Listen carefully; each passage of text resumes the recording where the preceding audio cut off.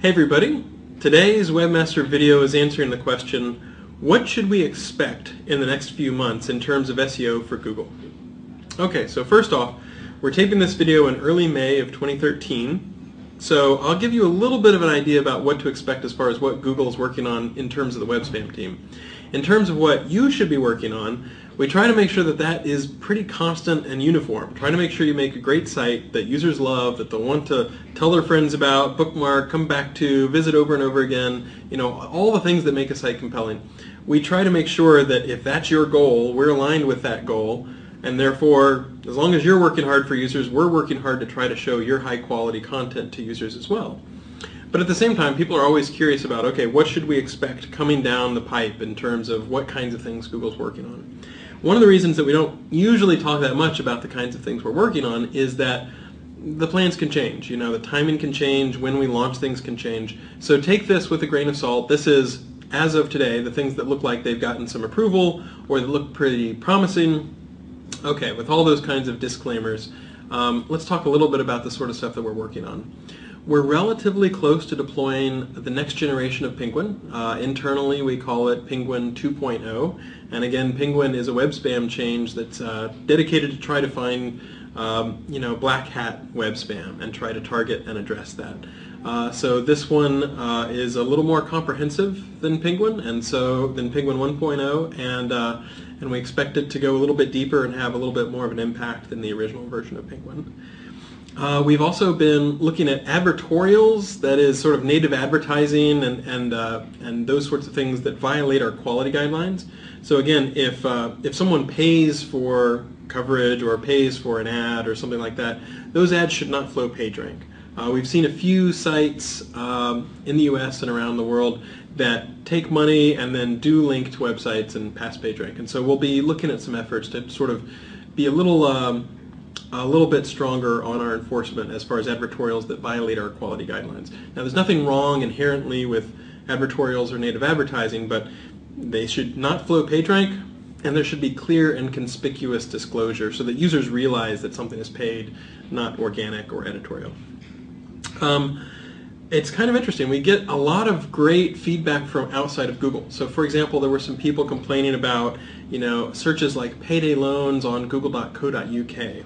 So we have two different changes that try to tackle those kinds of queries in a couple different ways. We can't get into too much detail about exactly how they work, but I'm kind of excited that we're going from having just general queries be a little more cleaned to going to some of these areas that have traditionally been a little more spammy, including, for example, some more pornographic queries. And some of these changes might have a little bit more of an impact in those kinds of areas that are a little more contested by various spammers and that sort of thing. We're also looking at some ways to go upstream to deny the value to link spammers. Some people who spam links in various ways. We've got some nice ideas on trying to make sure that that becomes less effective, and so we expect that that will roll out over the next few months as well. And in fact, we're working on a completely different system that does more sophisticated link analysis.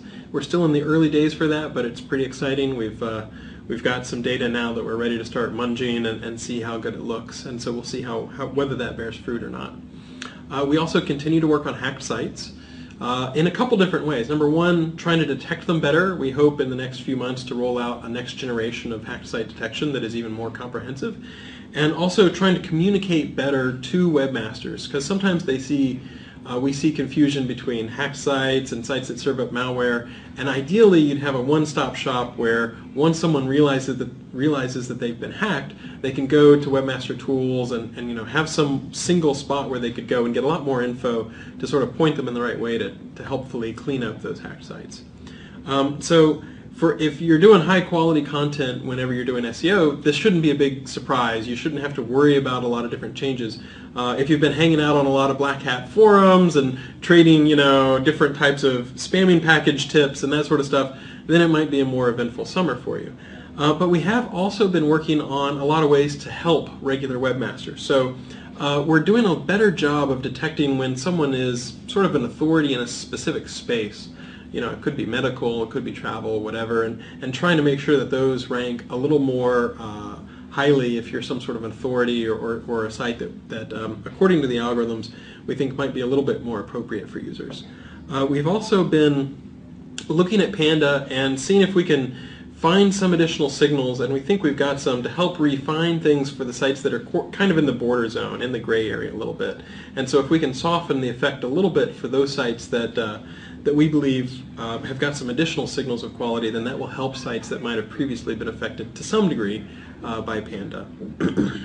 We've also heard a lot of feedback from people about, okay, if I go down 3 pages deep, I'll see a cluster of several results all from one domain. And we've actually made things better in terms of you would be less likely to see that on the first page, but more likely to see that on the following pages. And we're looking at a change which might deploy, which would basically say once you've seen a cluster of results from one site, then you'd be less likely to see more results from that site as you go deeper into the next pages of Google search results. And that was good feedback that people have been sending us. We continue to refine our host clustering and host crowding and all those sorts of things, but we'll continue to listen to feedback and see what we can do even better.